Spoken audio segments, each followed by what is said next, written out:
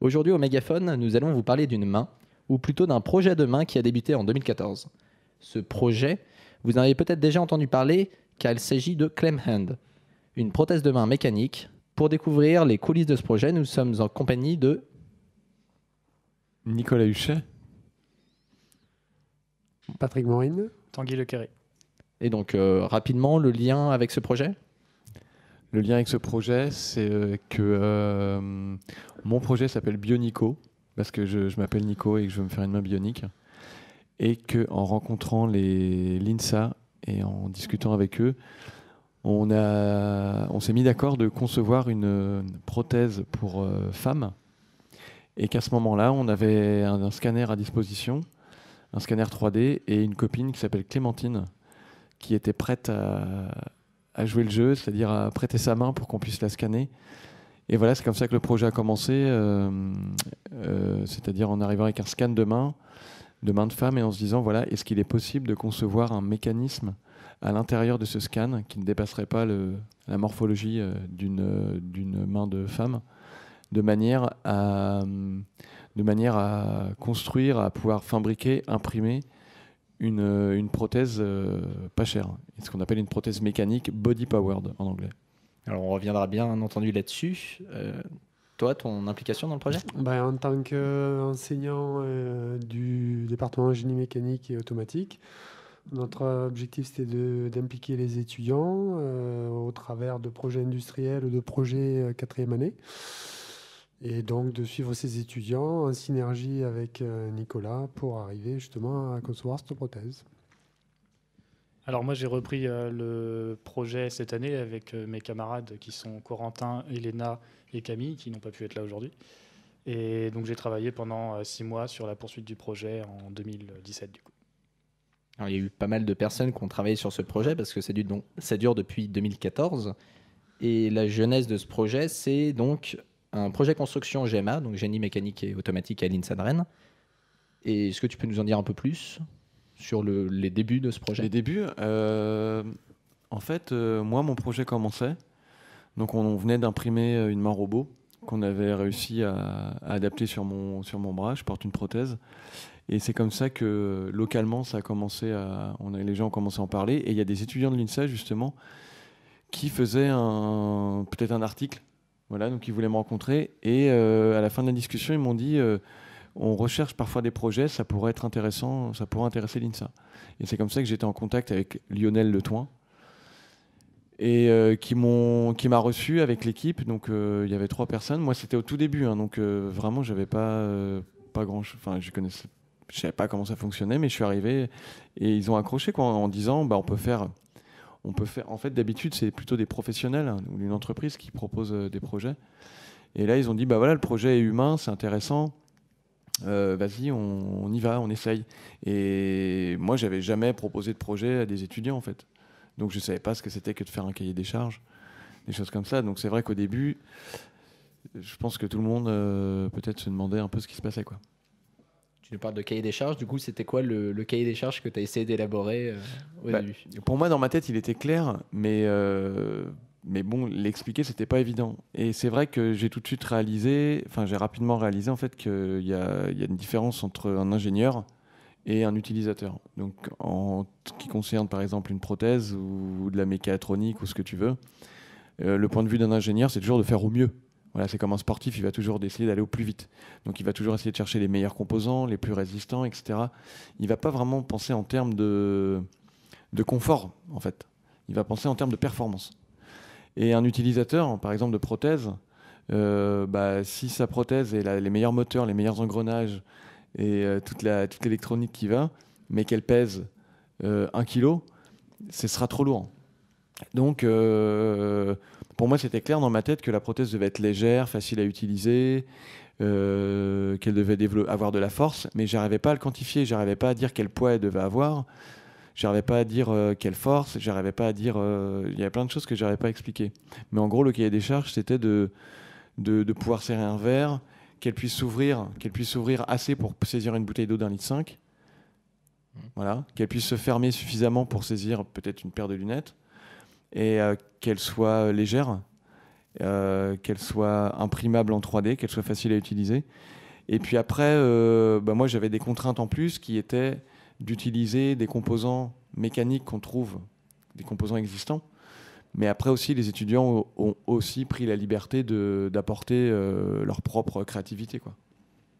D'un point de vue un peu plus scientifique, justement, lorsqu'il y a ce genre de demande, parce que c'est ce qui se fait souvent en entreprise, comment on fait? Justement, on a des demandes qui ne sont pas chiffrées, on ne sait pas l'effort en newton auquel ça doit résister, ce genre de choses. Comment on s'adapte? C'est toute la finalité du cahier des charges. Donc, dans un premier temps, il a fallu vraiment cadrer le projet, sachant que Nicolas a plein d'idées, et donc il a fallu vraiment cibler les tenants, les aboutissants, et puis définir ce cahier des charges en termes de performance, les fonctions déjà que l'on désire pour la main, les caractéristiques mécaniques qui en découlent, la réalisation, la conception qu'on va mettre en œuvre pour aboutir à ces spécificités. D'accord. Et puis toute une phase de test derrière pour bien vérifier que les spécificités sont atteintes.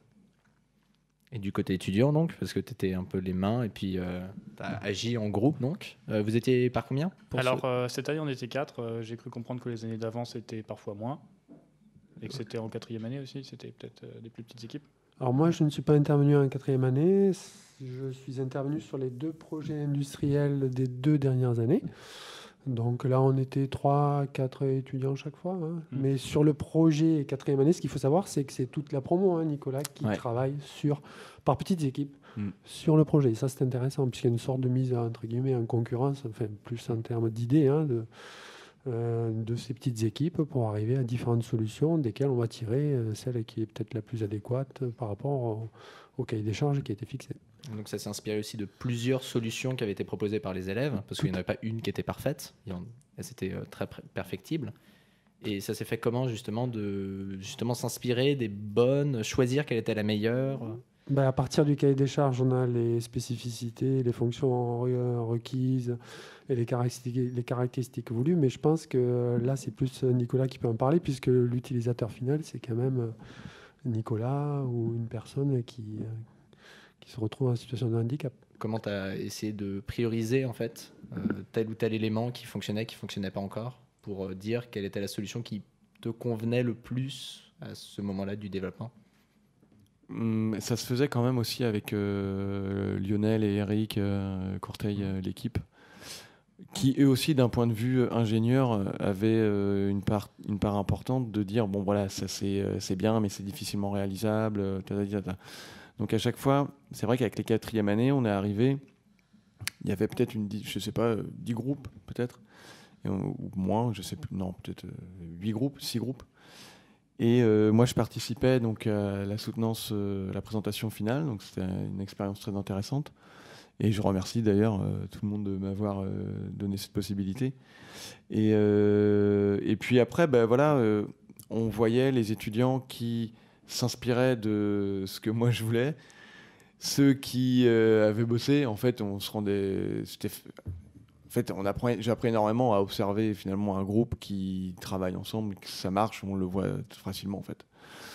Et donc souvent c'était ces groupes-là, voilà, qui disaient ils ont trouvé une solution, on voit qu'ils ont cherché. Et puis au bout d'un moment, on a décidé de garder certaines solutions. Et c'est là qu'on s'est dit, la prochaine fois, c'est un seul groupe de 5e année qui va, à partir du travail qui a été fait, continuer cette recherche et l'améliorer. Parce que souvent, il y avait un concept, il y avait une idée, et derrière, il fallait la fabriquer, il fallait la tester, il fallait l'améliorer. Et puis, c'est comme ça que petit à petit, on en est arrivé à ce qu'il y a aujourd'hui. Et la difficulté, en fait, dans tout ça, c'était pour un groupe de récupérer ce qui a été fait avant. Parce que souvent, en fait, c'était des fichiers au bout de 3 ans, que ce n'est pas les mêmes personnes qui ne se connaissent pas, qui n'ont sûrement pas la même manière d'utiliser le logiciel. Donc on donnait un temps spécial à une remise à niveau de tous les fichiers.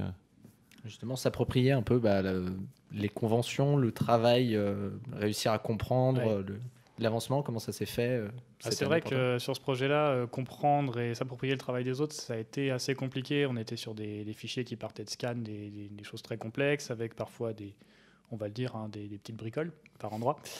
Donc il a fallu reprendre ça, corriger les bricoles, rajouter ce que nous on avait à faire, et puis rajout sur rajout, des fois ça fonctionne pas. Donc il y avait du travail là-dessus.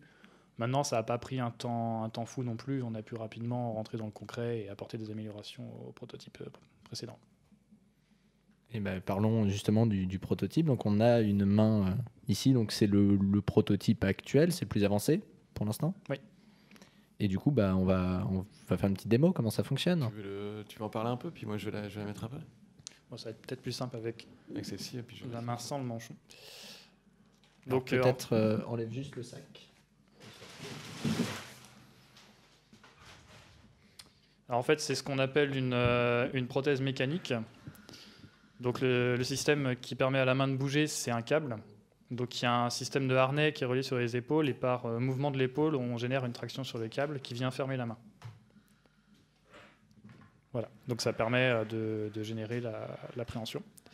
Ensuite, sur le dessus de la main, on a un système, une sorte d'interrupteur qui permet un verrouillage du mécanisme, donc un verrouillage en position de la main pour maintenir une position fermée, donc très pratique pour porter un sac par exemple.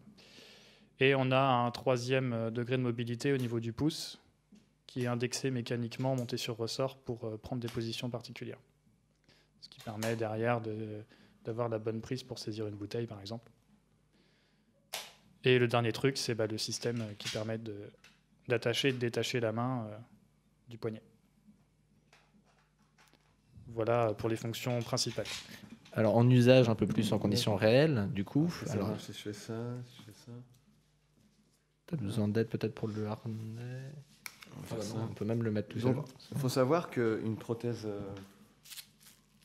body powered comme ça, c'est ce qui donc une prothèse appelée body powered, donc c'est l'énergie vient du corps. C'est ce qui est utilisé, c'est ce qui est le plus répandu dans les pays en voie de développement. Parce qu'une prothèse myoélectrique comme celle-ci, donc avec une motorisation, des capteurs musculaires, une batterie, c'est aux alentours de 10 000 €. Et puis, en milieu poussiéreux, ou s'il fait trop froid ou trop chaud, rapidement la prothèse en fait, elle va tomber en panne. Et au moment où elle tombe en panne, le seul endroit où elle peut être réparée, c'est en Autriche. Voilà. Donc c'est compliqué. D'où l'idée de faire un projet open source avec des fichiers ouverts, de manière à ce que si la pièce casse, on peut la réimprimer. Le SAV, on peut l'assurer soi-même. Enfin, le SAV, la maintenance, on peut assurer soi-même la maintenance. Donc ça, c'était la spécificité du projet, c'était de dire, voilà, nous, on est une association, et ce qu'on veut, c'est que d'autres personnes puissent continuer à avancer sur le projet. Donc rapidement, on a eu des contacts avec une organisation humanitaire, une ONG qui s'appelle Médecins sans frontières, qui justement, il y a quelque temps, étudiait toutes ces prothèses imprimées. Et donc, il y a eu une rencontre. Ils sont venus à Rennes rencontrer les étudiants, il y a eu des échanges. Et eux, ils étaient en Jordanie et ils testaient ces solutions-là. Donc, je ne sais pas ce qu'il en est. Bon. Voilà, donc pour revenir sur la main, d'un point de vue utilisateur, on est sur un truc. Voilà, il faut que je la mette là. Voilà. Le casque va t'embêter un peu. Le casque va m'embêter. Au pire, retire ton casque. Ouais. Ça, je vais l'enlever. Donc là, en fait. Donc là, c'est ouvert. Et puis, si je veux prendre un verre, voilà, ça se passe comme ça. On va se rapprocher un peu. Puis là, donc en tirant ici, ça ferme le. Voilà. Donc voilà, ça c'est. Puis ça, c'est ce qu'on appelle une position naturelle, de manière à avoir une position naturelle en fait dans la vie, quoi. Bon, voilà. Là, je viens de la remettre. On l'avait pas mis depuis longtemps, mais. Le harnais n'est peut-être pas très bien mis non plus. Le harnais n'est peut-être pas bien mis, un petit peu comme ça. Et c'est uniquement grâce à tes mouvements donc d'épaule, grâce au harnais, qui arrive à retranscrire à peu près l'appréhension. Donc on peut voir que effectivement le retour est assuré par des pièces imprimées souples. Donc on peut, au bout d'un certain moment, perdre en souplesse. Par exemple, là, si je ferme, on n'a pas forcément un retour des doigts. Donc ça fait partie c'est un travail toujours c'est jamais terminé, mais Il y a quand même eu d'énormes améliorations. Vraiment, enfin, je veux dire, même d'un point de vue design, on commence à avoir des petits trucs. Donc, moi qui suis dans le projet depuis le début, je vois les choses qui s'améliorent, la finesse des doigts, plus de précision. On sent que mécaniquement, voilà, on arrive sur quelque chose. On peut y aller, quoi. C'est quelque Il y a une chose. solidité qui a été un peu Il y a plus de développée. robustesse, ouais. Et on est sur quelque chose qui est entièrement imprimé en 3D. Donc, Tanguy, tu pourras donner des chiffres sur le temps, le coût, le poids et tout ça, peut-être. Bon, alors, si on veut parler simplement chiffres, j'ai plus vraiment tout en tête. Alors, je sais que le coût, juste pour la main, hein, sans aller parler jusque sur le harnais, tout ça, on a vraiment pris des composants très standards, très simplifiés. C'était une des complexités du projet. Et on arrive à 6,50 € pour la prothèse. Donc, ce qui en fait quelque chose de très abordable, notamment pour les pays émergents, dont parlait Nicolas tout à l'heure. Après, en termes de quantité de matière, je pense qu'on est autour des 250 grammes à peu près. Et temps d'impression, c'est assez long, je pense. Je crois que c'est autour des 25 heures au complet pour la main. Sachant qu'il y a quand même pas mal de pièces séparées avec 2 matériaux différents, principalement. Oui, il y a des changements de volume.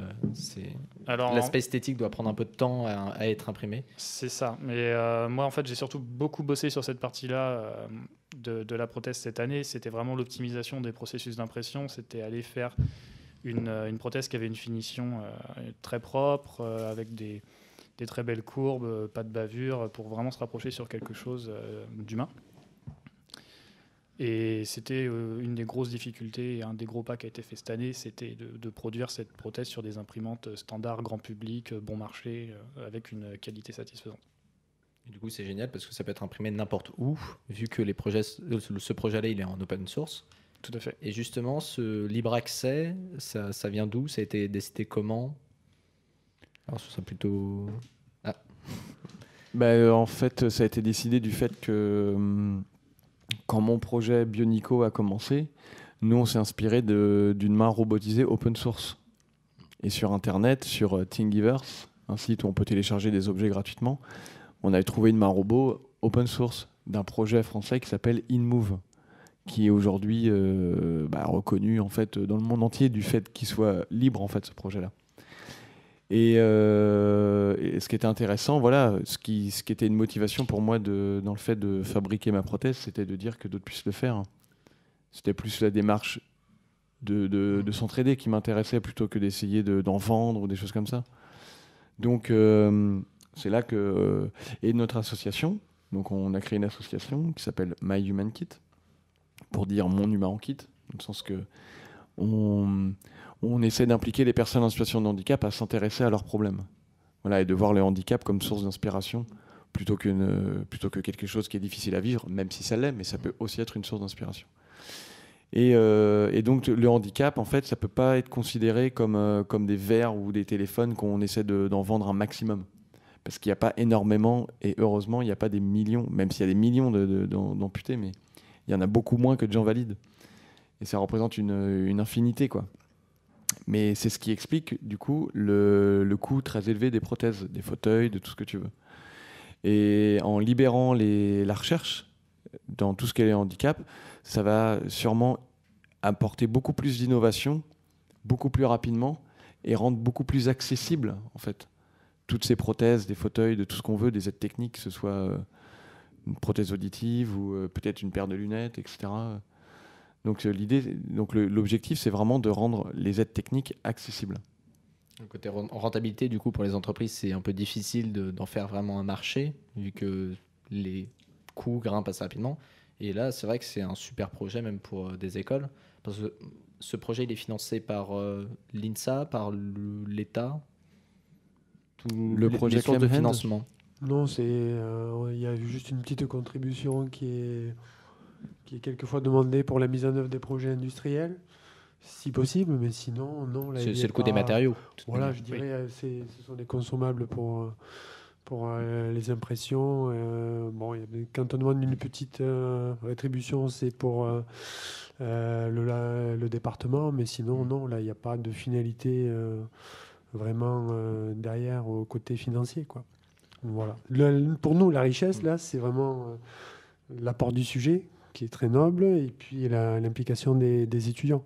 Et puis moi, ce que je voudrais souligner, pour avoir suivi ça pendant 2 ans, c'est que ce qui m'a vraiment impressionné, c'est que les étudiants, ce type de sujet-là, se l'approprient très rapidement et sont pratiquement complètement autonomes. Nous, on est intervenus très peu, en fait. Très peu, puisque les étudiants étaient extrêmement moteurs, force de proposition. Le sujet est tellement noble qu'il y a une implication naturelle qui se fait et que l'on ne voit pas sur tous les projets en génie méca, auto. Hein, ça dépend un peu des... Et là, vraiment, c'est l'aspect qui m'a le plus frappé, sachant, et comme les étudiants sont vraiment extrêmement impliqués, l'aspect innovant, la créativité, je trouve qu'elle en découle naturellement. La finalité, en même temps, déjà c'est concret et c'est aussi c'est super de penser qu'on a participé à un projet, même si c'est une petite pierre à chaque fois, parce que toi t'es arrivé donc 3 ans après le début du projet. Oui, mais quand même, franchement, pour nous, on a vécu ça comme quelque chose de très valorisant. C'est très intéressant, même pour soi, de travailler sur un projet de ce type, parce qu'on sait qu'indirectement, derrière, on va aider des personnes. Et moi, je préfère être bénévole et donner mon temps et des ressources à ça plutôt qu'à une entreprise. Dans le cadre des projets, du moins à l'INSA, je trouve ça beaucoup plus pertinent et beaucoup plus intelligent de donner gratuitement du temps étudiant à ça, quoi. Moi, j'insiste vraiment. Hein, ce qui m'a frappé, hormis cette implication, je dirais, naturelle, cette synergie qui s'est mise en œuvre, c'est les aspects innovants qui en ont découlé.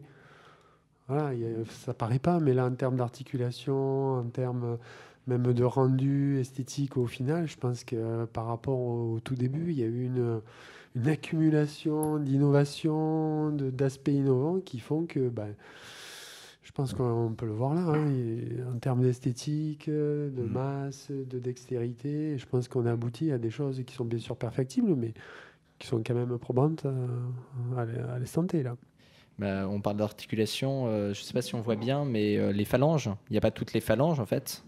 Enfin, elles ne sont pas toutes pliables. Alors, il y a juste les 2 derniers doigts qui sont pliables en 2 pour avoir vraiment une bonne préhension. Mais l'index et le majeur sont articulés seulement à la base pour avoir une bonne rigidité et ce qu'on appelle une pince de précision. Parce qu'au début du projet, donc, ils étaient partis sur du biomimétisme. Oui. Donc, c'est vraiment reproduire ce qui existe déjà, donc la main. Et ils avaient essayé de faire toutes les phalanges et apparemment, il y avait des petits problèmes Absolument. Niveau mécanique. En fait, on s'est rapproché d'une géométrie construite de cette manière puisque c'était beaucoup plus robuste et qu'au final, en termes d'utilisation finale, il n'y avait pas d'impact énorme. Donc forcément, d'un point de vue utilisateur, c'est plus intéressant d'avoir quelque chose qui fonctionne que quelque chose qui bouge bien mais qui ne fonctionne pas. C'est sûr que pour n'importe quelle personne, moi quand j'ai eu mon accident et que j'ai vu une main comme ça qui s'ouvre et qui se ferme, je me dis on était en 2002 quand ça m'est arrivé, je comprends pas, on fait des films ultra futuristes de science-fiction et tout, et comment ça se fait ? Voilà, comment ça se fait ? Et qu'on fasse pas des vraies mains qui bougent comme ça, quoi. Donc c'est aujourd'hui je sais, voilà. Je pense comprendre, c'est parce que la miniaturisation des composants amène plus de coûts, mais aussi plus de risques de panne, plus de poids aussi. Et donc plus on veut faire bouger les doigts, plus on a de moteurs, plus on a d'éléments mécaniques, plus on a de bruit aussi. C'est gênant le bruit de faire bzz bzz à chaque fois qu'on veut prendre un verre. Donc c'est toutes ces choses-là qui, moi, au fur et à mesure que le projet évolue, et en fait, là, par exemple, le fait que le majeur et l'index ne soient pas totalement articulés, moi, c'était un souhait que j'avais. Parce que je me suis rendu compte que plus on a d'angles, plus on a de mécanique, et puis plus on va perdre en précision. Et ce qu'on veut, nous, c'est être précis quand on prend quelque chose. Et en fait, ils l'ont compris d'eux-mêmes. Ils se sont rendus compte qu'au bout d'un moment, si il y avait trop de degrés de liberté, il y avait justement trop de liberté en fait. Donc au bout d'un moment, ils se sont dit, ils s'en sont rendus compte eux-mêmes, quoi. Donc c'est là que quand on se revoit et que je vois que... et c'est là que je me dis, OK, ils ont compris le truc. Ils ont compris qu'on ne cherche pas à faire une main robot qui regarde, ça bouge tous les doigts. Parce qu'évidemment, encore une fois, d'un point de vue technicien, ou du point de vue de n'importe qui, enfin d'un ingénieur, c'est de faire un maximum d'options. Et donc, quand je les vois revenir à la simplicité, je me dis, c'est bon. Pour moi, c'est bon, quoi. C'est super, quoi, en fait. De voir qu'ils mettent un sens à la technologie et pas se dire on va faire le truc le plus complexe, mais on va faire le truc qui va vraiment servir. Et pour que ça serve, il faut que ça réponde aux besoins. Et le besoin, c'est d'être capable de s'habiller ou de boire un verre tout seul. Donc ça sert à rien d'essayer de faire 15 000 degrés de liberté. Et ça, ouais, ça c'est des trucs qui m'intéressent, moi, du coup, ou nous, avec l'association, de travailler avec des écoles. Parce qu'on est... Nous, on est à mi-chemin entre les geeks, les makers, les travailleurs sociaux, les personnes en situation de handicap, les demandeurs d'emploi. Et ce qui est important, c'est de donner du sens à la technologie. Et donc, les générations de demain, enfin, ou d'aujourd'hui, les jeunes, quoi, c'est chouette qu'ils puissent trouver du sens à ce qu'ils font, quoi, tout de suite. Et voilà, ça, c'est bien. Tu as parlé de degré de liberté, de cahier des charges, de plein d'aspects qui sont un peu des mots très scientifiques. Tu as eu un réel apport scientifique dans ce projet-là? Parce que tu nous as dit débarquer sans savoir trop comment c'était fait exactement. Bah moi, j'ai quand même... j'ai toujours voulu être un ingénieur. Donc j'ai eu un accident de travail et puis j'ai pas fait de longues études parce que j'étais pas bon à l'école, justement. Mais sinon, j'ai fait un BEP MSMA, donc en maintenance mécanique, donc hydraulique, pneumatique. J'ai quand même un cursus de technicien. Ensuite, j'ai fait de la conception industrielle, donc j'étais quand même dans l'amélioration des postes de travail, de ces choses-là, l'ergonomie d'un poste, je travaillais là-dessus. Mais par contre, tout ce qui est autour de l'organisation d'un projet, et voilà. Moi, comme je suis un peu créatif, c'est vrai que d'un seul coup, les idées peuvent partir comme ça, et j'ai besoin parfois d'être cadré, quoi. Et donc, c'est intéressant d'avoir Patrick à la rescousse. Oui, je pense que ça je l'ai déjà souligné. Quand il dit qu'il est un peu créatif, non, c'est vraiment extrêmement créatif. Et une des difficultés, entre guillemets, que l'on a pu avoir, c'était justement des fois de recadrer toutes les idées qui partent, et qui sont extrêmement intéressantes, mais d'arriver à un peu cadrer, cibler, et puis pour atteindre les objectifs dans le temps voulu, ouais. Et arriver à avoir une même... opérationnel. Mais oui, c'était un plaisir de travailler dans ces conditions-là, parce que, comme je disais tout à l'heure, toutes ces idées, ça permet de faire évoluer la partie créative, et le résultat est là. Donc là, on n'a pas vu les premiers prototypes qui doivent être dans le sac, mais entre le premier prototype et puis ça, il y a quand même un gap qui est considérable. Hein. Voilà. Voici le tout premier prototype. Donc là, on voit que les phalanges sont articulées. Voilà. Alors, puis derrière, c'est pas du tout le même système mécanique à l'intérieur non plus. Hein. On est sur quelque chose aujourd'hui de totalement différent. Donc c'est vrai qu'il y a eu beaucoup d'évolution de travail, même au niveau de l'esthétisme. Le premier prototype, c'est une enveloppe, pas vraiment une enveloppe de main, quoi.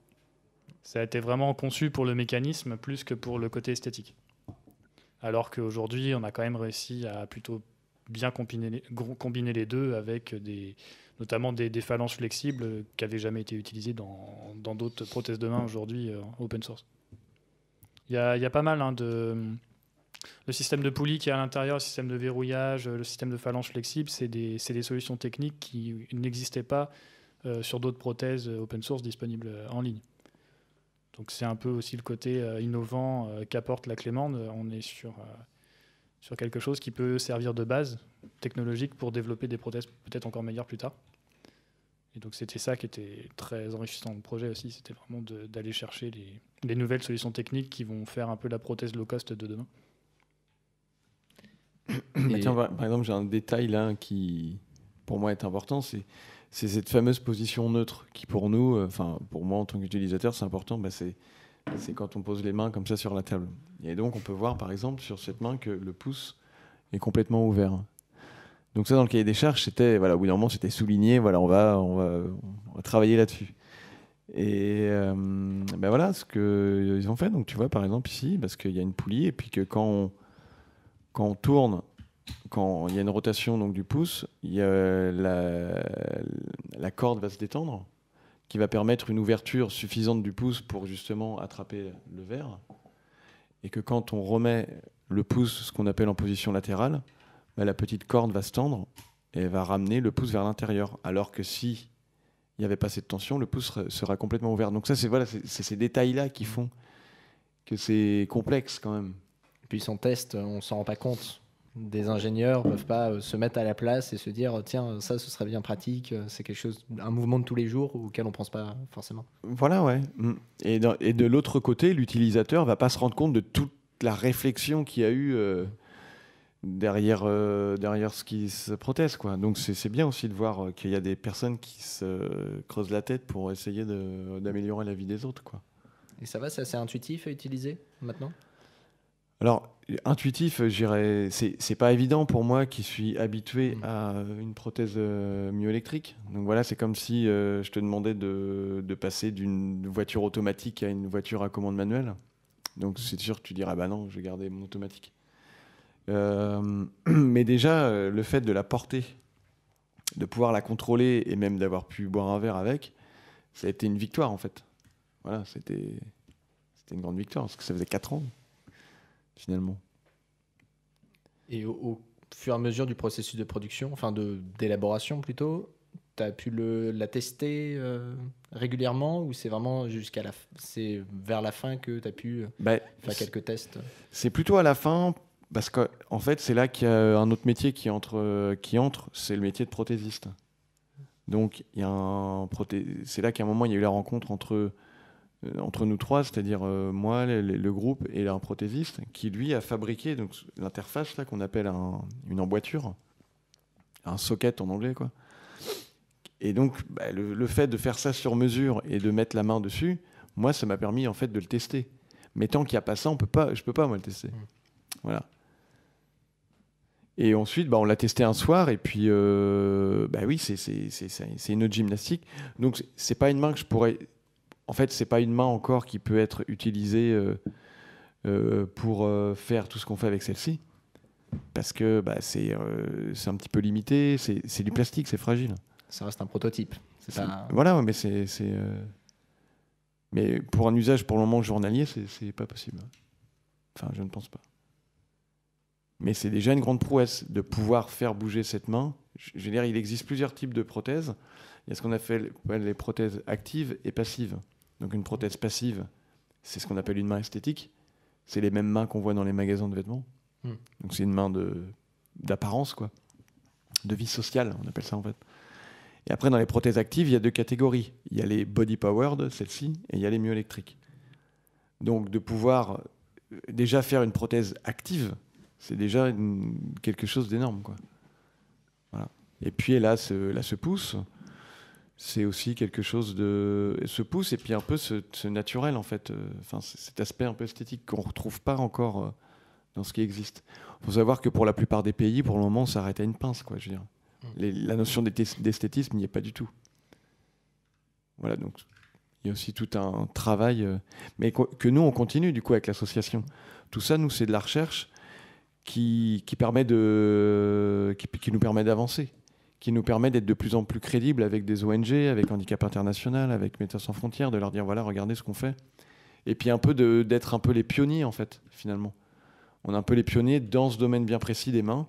Dans le monde, aujourd'hui, des mains low cost, et notamment des prothèses actives body powered, on est dans les plus avancés, en fait. Dans le sens qu'on sait, par exemple, on sait qu'on peut dire aujourd'hui qu'il est possible d'imprimer des prothèses de main. Mais aussi, on peut dire qu'on ne peut pas boire de l'eau avec, parce que pour le moment, c'est trop fragile.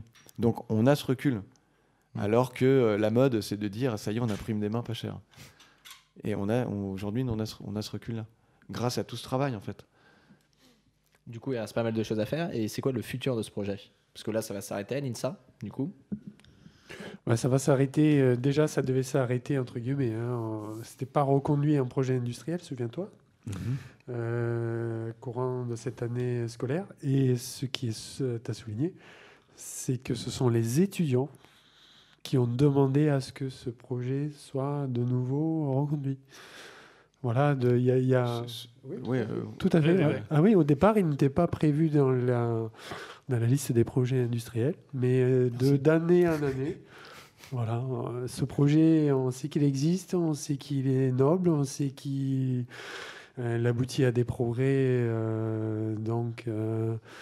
significatifs. Donc, ce sont les étudiants qui nous ont contactés pour que ce projet soit de nouveau reconduit.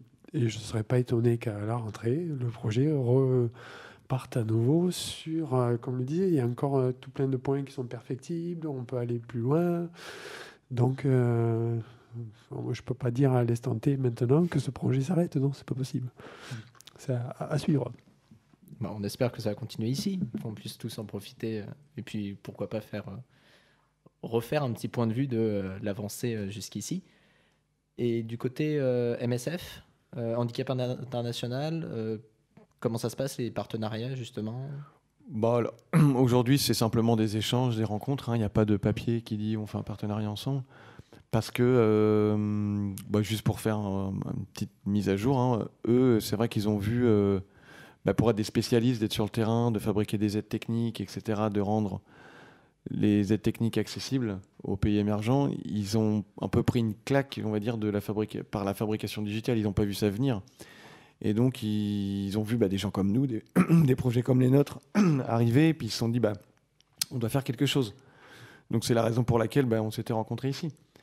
C'est que, par exemple, Médecins sans frontières a financé un projet en Jordanie d'impression du coup de membres supérieurs. Donc, quand on parle de membres supérieurs, c'est des prothèses. Et donc, c'était un projet de recherche, quoi. En fait, ils ont regardé tout ce qui se passait dans le monde. Ils ont commencé à travailler avec des entreprises. Par exemple, je sais que Autodesk avait mis des ingénieurs à disposition pour concevoir des mains, etc. Puis surtout, ils ont demandé l'avis des personnes, parce que suivant les pays, suivant les cultures, les personnes n'ont pas les mêmes besoins. Si tu prends un soldat, je vais prendre des exemples clichés, mais si tu prends un soldat américain qui a perdu son bras lors d'un conflit, il revient, tu lui mets un crochet, mais avec ce crochet, il peut tondre sa pelouse et il peut bricoler. Un crochet donc commandé avec, mais un crochet aussi qui fait pince et tout ça. Ça lui ira bien mieux qu'une main myoélectrique, parce qu'une main myoélectrique, ça tombe en panne. Alors que si on va dans des pays où la culture est différente, où l'esthétisme compte énormément, par exemple, nous on était en Inde, l'esthétisme compte énormément. Donc les gens préfèrent avoir une main qui ne se voit pas qu'une main super sophistiquée. Voilà. Donc ça c'est un des travaux qu'a fait Médecins sans frontières, c'est-à-dire en Jordanie, donc d'imprimer des prothèses, d'avoir le retour des patients, de faire du sur-mesure, de voir combien de temps ça tenait. Voilà. Et avec Handicap International, qui s'appelle maintenant Humanité et Inclusion, donc ils ont changé de nom, on se rencontre dans 15 jours. Voilà. Et justement pour discuter de comment nous, on pourrait contribuer à leurs besoins. Voilà, de quoi ils auraient besoin sur le membre supérieur. Est-ce qu'ils ont besoin d'une main mécanisée? Est-ce qu'ils ont besoin... voilà, donc on va se rapprocher un peu plus, quoi. Voilà, les partenariats, en gros. Pour le moment, puis eux aussi, ils ont besoin de contact de notre part. Voilà, puis nous, on a besoin de leur aide. Donc c'est plus des échanges comme ça, informels. Il n'y a pas de... Oui, il n'y a pas de contrat, il n'y a pas de financement. Non, voilà, ouais. Vraiment... Mais c'est parce qu'en fait, c'en est encore au balbutiement. Comme ça, on croit qu'on est loin, mais on peut penser qu'on est allé loin, mais on en est encore qu'au balbutiement. Mais l'objectif, par exemple, nous, on a un objectif, c'est qu'on voudrait bien créer une entreprise avec un roboticien, et on voudrait créer une entreprise qui fait des prothèses open source, mais voilà, solides, et pour travailler avec justement des ONG, avec des pays en voie de développement, voilà, rendre les choses accessibles. Et peut-être avec des matériaux. On voudrait travailler aussi avec des entreprises sur des matériaux un peu plus résistants, comme je sais pas, titane, carbone, ou même les matériaux imprimés en 3D de demain qui seront super résistants, quoi, qu'on ne connaît pas encore. Et d'avoir travaillé justement sur ce projet, tous les deux, parce que bon, même si c'était plus superviseur, qu'est-ce que ça vous a apporté? Alors moi, je suis un très grand intéressé et passionné d'impression 3D. Donc ça m'a apporté beaucoup là-dessus. Ça m'a permis de continuer un peu mes recherches personnelles sur le sujet, de développer des nouvelles techniques. Et puis du coup, après, de poursuivre là, actuellement en stage de fin d'études là-dedans. Et puis, ça m'a apporté beaucoup de notions autour de la gestion de projet, travail en équipe, travailler aussi avec des personnes qui ne sont pas forcément des ingénieurs comme Nicolas, comprendre les besoins des gens, aller interpréter un cahier des charges, ce genre de choses. Franchement, c'est ça vraiment ce que nous a apporté ce projet, c'est vraiment ça. Et du coup, être en lien avec ce projet-là, qui est un peu original en fait pour ici, parce que d'habitude, du coup, c'est des entreprises qui proposent des projets. C'est quelque chose qui est peut-être plus cadré. Le but est moins original, avec moins de créativité. Non, moi, ce que j'ai trouvé extrêmement intéressant, c'est ce côté innovant. Côté noble aussi. Hein. On grandit de travailler sur ce type de projet avec tous les aspects qui en découlent. Là, par exemple, là pour les auditeurs, on ne le voit pas, mais la main a une certaine couleur, une certaine texture, parce qu'elle est partie en Inde pour être impliquée avec des personnes en situation de handicap en Inde. Donc, il y a tout cet aspect humain qui est derrière, qu'on ne retrouve pas forcément sur tous les autres projets mécaniques et automatiques. Donc, je pense que c'est cet aspect noble. On le retrouve sur d'autres sujets en robotique médicale, etc. Et pour lesquels, chaque fois, il y a un engouement. Et puis, c'est même pas un engouement forcé. Je veux dire, c'est une démarche naturelle. Les étudiants aiment ce type de projet et s'y impliquent totalement. Et puis, j'ai cru entendre qu'il y avait de plus en plus d'étudiants qui étaient intéressés par ce genre de projet, que ça se développait pas mal, le biomédical, donc avec la mécanique. Oui, tout à fait. Tu peux nous en parler un peu ? Alors sur tout ce qui est biomécanique, alors sur notre département au niveau des projets industriels, moi je dirais qu'avec le projet sur la main, ça démarre, mais c'est vrai que de façon générale sur les autres écoles, etc., oui, je pense que c'est dans les années à venir, ça sera de plus en plus avec tout ce qui est impression 3D, les essors de la robotique, tout ce qui est miniature, etc. On ira sur, je pense, de plus en plus de projets, y compris ici, dans notre département de génie mécanique automatique. Ouais. Et puis on a aussi des hôpitaux qui sont de plus en plus mécanisés, avec des machines qui ont de plus en plus de besoins. Du coup, pas que des médecins à l'intérieur, des ingénieurs qui sont là pour... Oui, tout à fait. Par exemple, peut-être Nicolas... on a eu un aperçu pour tout ce qui est rééducation fonctionnelle, etc. On parle beaucoup d'exosquelettes. Il y a tout plein d'applications robotiques, entre guillemets, humanoïdes, exosquelettes, qui sont de plus en plus mises en œuvre sur les centres de rééducation fonctionnelle et de réhabilitation fonctionnelle. Ouais. Donc, je pense que oui, il y aura de plus en plus de transferts sur ces thématiques-là. Enfin, nous, on le souhaite au niveau du département génie mécanique automatique, oui, ça serait intéressant. Avant de partir sur peut-être des projets un peu plus parallèles, quelque chose à rajouter peut-être sur ces mains, parce qu'il y a énormément de choses à dire. Et puis, une simple émission, ça ne suffit pas forcément. 4 ans de développement, et puis toute une histoire de cette main. Est-ce que tu auras quelque chose que j'ai omis de demander ? En fait, le travail avec l'INSA, symboliquement, moi, ça me ramène au tout début de mon projet, quand en fait il y avait une ligne d'association, que j'étais demandeur d'emploi, que je testais tout parce que j'avais rien à perdre. Et ici, c'est un des endroits où on m'a ouvert la porte, alors que le monde universitaire, pour moi, c'est un monde un peu fermé. Et donc, je me suis retrouvé dans une salle avec 3 personnes qui m'ont dit ouais, alors que j'arrivais comme ça, je connaissais rien. Donc moi j'ai beaucoup de remerciements à faire à tous ceux qui ont, au département d'une manière générale, quoi. Mais après je peux citer Eric, Lionel, Patrick, André. Voilà, donc moi, personnellement, ça m'a permis de voir qu'il y a des gens qui faisaient confiance, qui me faisaient confiance, quoi. Donc voilà, et puis merci. Je pensais pas que d'un scan comme ça d'une pote, d'une scan d'une femme, d'une copine, on puisse aujourd'hui se retrouver en parler autour d'une table. Donc c'est bien, et puis j'y crois toujours, autant que dans quelques... Là, elle est là, mais que dans quelques années, ça sera utilisé. Voilà, c'est vraiment ça. Et il y a plein de variantes. Hein. Là, on parle de la main, mais il y a les Clem Tools. Hein. On n'a pas parlé du support de smartphone, de brosse à dents, etc. à la place de la main. C'est pour ça que le poignet est démontable. Et parce qu'en fait, on a créé un poignet démontable avec un système qui permet de s'emboîter sur les manchons. Voir bien, Donc c'est un système d'emboîtement assez simple, hein, mais qui est très très robuste. Et en fait, au lieu de mettre la main, on peut venir mettre des outils spécifiques dédiés à des tâches particulières. Donc Nicolas donnait l'exemple, il y a les brosses à dents, tenue smartphone, fourchette, couteau, tout est à faire. Micro. Et voilà, micro. Mais c'est des outils qui peuvent être très simples à développer et qui sont tout à fait accessibles grâce à l'impression 3D. Et avec n'importe quel Fab Lab ou personne qui sera en possession d'une imprimante dans son entourage, on pourrait venir créer des nouvelles fonctionnalités, les mettre en ligne, les partager avec d'autres et comme ça créer un catalogue de produits et d'outils qui seraient dédiés à des tâches spécifiques, mais toujours à moindre coût. Et on peut trouver ça où? Justement sur Internet, vu que c'est libre d'accès, c'est sur quelle Alors ça a plateforme? été mis en ligne sur Thingiverse, donc qui est un site d'échange de fichiers imprimés en 3D.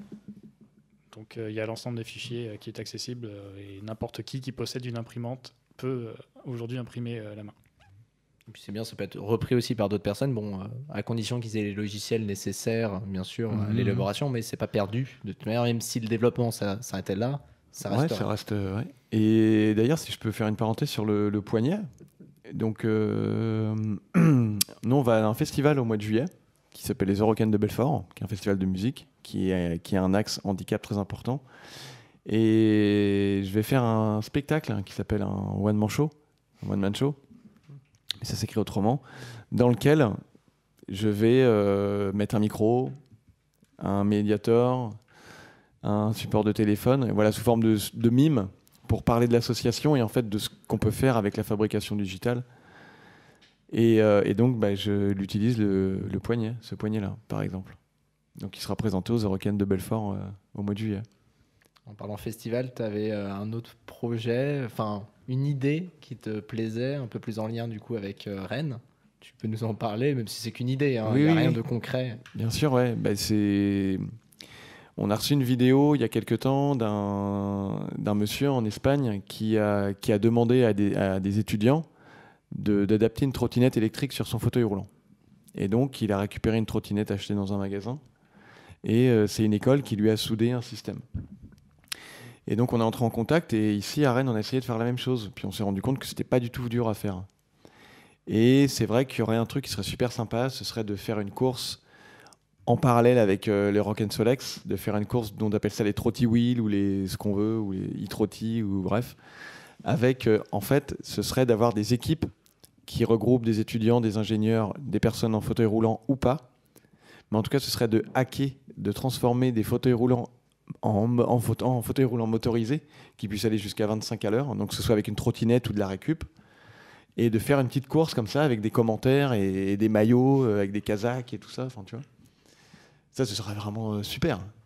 Parce qu'il y aurait des personnes en fauteuil qui feraient la course, d'autres personnes pas en fauteuil mais qui la feraient quand même. Et voilà, j'adorerais évidemment. Un petit rêve. Ouais, c'est un petit truc que j'aimerais faire à Rennes. Ouais. Moi, je pense que ça pourrait apporter une autre dimension au Rock'n'Solex. Ouais, une dimension un peu plus proche du handicap. C'est-à-dire une évolution, et la prise en compte des personnes en situation de handicap. Et puis ils aiment bien l'innovation. Ouais, là, cette année, ouais. c'était pas la première année apparemment, mais il y avait un Solex électrique qui se baladait. Du coup, pourquoi pas agrandir ça pourrait faire un super projet ça, Tout à fait, pour les étudiants. Ça prendrait une autre dimension, une nouvelle dimension. Ouais. Ça serait innovant. On a de quoi discuter sur ces choses-là. Ouais. D'autres projets comme ça en tête, plus ou moins lointains, qui vous viendra à l'esprit? En rapport avec handicap, avec handicap et puis possiblement mécanique. Moi j'ai envie de dire venez au Human Lab à Rennes. Donc c'est notre Fab Lab, le Fab Lab de My Human Kit, parce qu'il y a plein de projets qui tournent autour de la robotique, de conception d'un système pour pouvoir tourner sa tête quand on est dans un fauteuil roulant et qu'on est immobilisé, de jouer aux jeux vidéo avec son souffle pour quelqu'un qui peut pas bouger les bras, de motorisation de fauteuil roulant. Et au Human Lab, il y a plein de projets comme ça, à mi-chemin entre la robotique, la bidouille, l'artisanat, l'ingénierie sociale ou mécatronique. Voilà. D'ailleurs, tu es le bienvenu. Pour revenir, si tu veux repasser, Tanguy, maintenant on a un stagiaire et il faudrait que tu le rencontres. En impression? Il travaille, son sujet de stage, c'est l'impression d'une emboîture 3D. Ouais. Ah oui, d'accord, ok. Et on teste du plastique carbone. J'aimerais bien avoir ton avis là-dessus. Ouais, bah, j'en ai fait chez moi, donc je peux... Voilà. Ouais. Et notamment le poignet, on utilise le poignet et on aurait des questions à te poser. Non, je suis disponible. Ah ouais, Ouais. Super, ouais, ce serait bien. Peut-être pas pour venir, mais en consultation, D'accord, j'ai ouais. un peu de temps pour... Ouais. Eh bien, n'hésitez pas à aller voir ça. De toute manière, vous aurez tous les liens en description. On va mettre tout, donc ton association, enfin l'association à laquelle tu fais partie. On va mettre tout ce qui est lien INSA, le lieu dont tu nous parlais, l'adresse et tout ça. Et puis, faut découvrir ça. De toute manière, c'est aussi c'est un peu nouveau. C'est quelque chose auquel... les prothèses, c'est pas nouveau, mais les prothèses comme ça, c'est un peu nouveau. Et puis, faut pas hésiter à aller poser des questions aussi. De toute manière, nous, on est tous intéressés par ce petit projet. Et puis, les projets au-delà, c'est assez sympa d'utiliser aussi la science pour faciliter la vie du handicap. Et puis voilà. Et puis merci beaucoup d'avoir été là. Si vous avez un petit mot pour terminer. Non ? Ouais, Rien à ajouter ? Suivre, projet à suivre, hein, comme chaque année. Moi, je dirais projet à continuer pour que ça aille encore plus loin et que la main devienne vraiment fonctionnelle. Super, mais la même chose. Donc merci. Et puis à une prochaine fois peut-être. Merci. Ouais, avec plaisir. Merci de nous avoir reçus.